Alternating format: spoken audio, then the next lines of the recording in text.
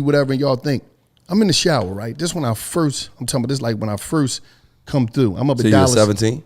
Yeah, I just turned 18 and I hit the big general population. I'm in the big boy game. Where this was at?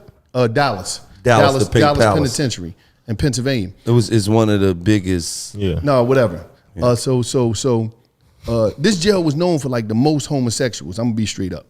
So I'm talking about I come into the shower room, right?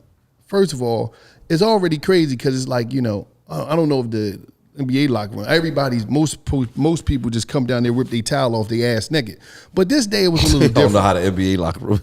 This day was a little different, man, on some real shit. So I'm in the shower and I'm like on the side.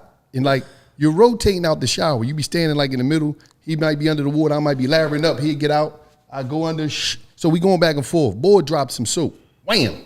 You hear it dropping. Like when the soap drop, everything is different. And it slid. And it was this old head, right? That was like on the end. He said, oh, you know what I mean? Like, oh, man. And he hit the mystical joint. And I was like, oh, shit, I got to get out. He said, shake your ass. Show me what you're working with. And he's soaping up. I'm like, who the fuck is he talking about? Because I had my soap like this. I hold my soap clenched. I'm talking about, it was like, it was like my shit was clenched, like it was welded. My soap was welded to my hand with my rag because I already knew the story. So when he listened, all you heard, the bar dropped and it just slid. The only thing you heard was, shake your ass. Watch yourself. Shake your ass. So listen. Show me what you're working. So listen. So listen on everything. Show me what you're working. So listen on everything, right?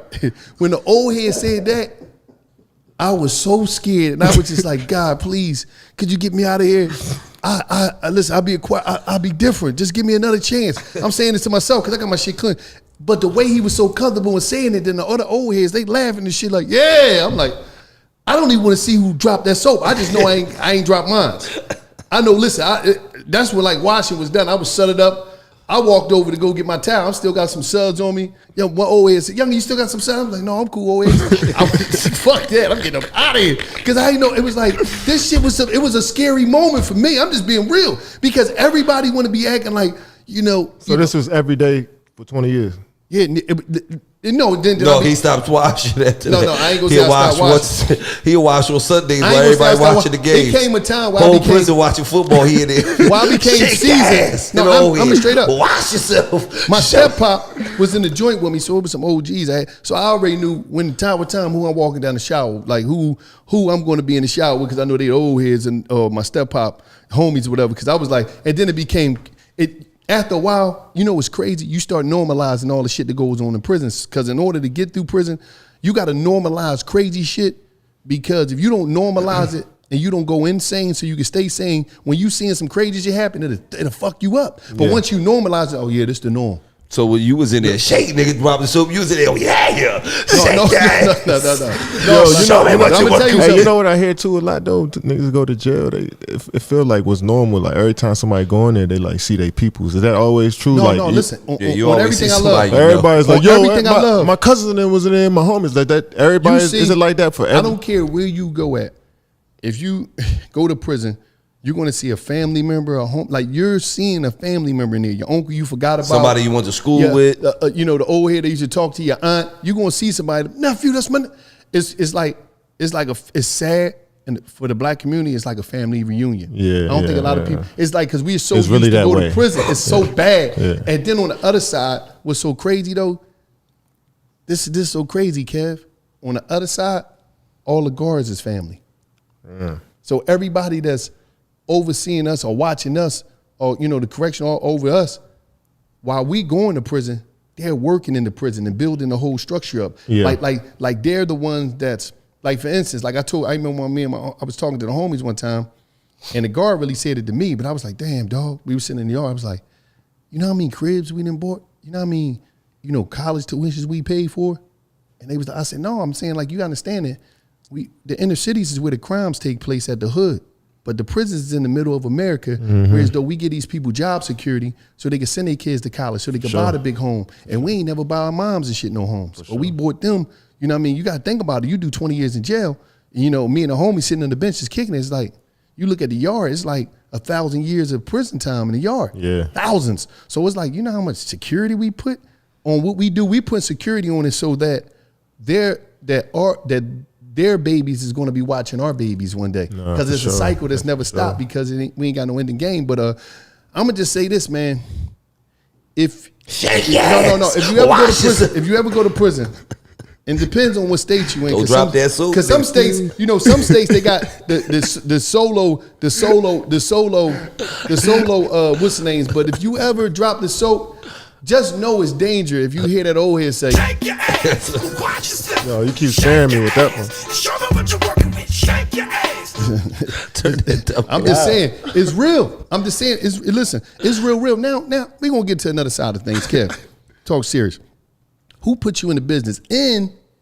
Because you invested in like over 20 companies, a bunch of companies on business side, and you're one of the owners of the Philadelphia Union, one of our teams, our soccer team in Philly. So like, who put you down? Who? I ain't know that. Yeah, he making the moves. He down in Philly. He down in Chester. Shout out to Chester, PA. Shout out to Philadelphia Union. Listen, Me and Tootie went to a game. Yes, we did. We did too. They gave us Hooked us up with jerseys. the And jerseys. Good now. Wife, We got y'all now. Me and wife, know that, man. Straight. Yeah, me and wife, we y'all went to the game straight, too. They man. hooked us up with the jerseys Anytime. with the back. So where did that come from? Are you coming in the game? Because I'm telling you invest in like 20 different companies. Yeah. You getting, you on your grind on a whole different level. Who put that in you? Like, who introduced you to that?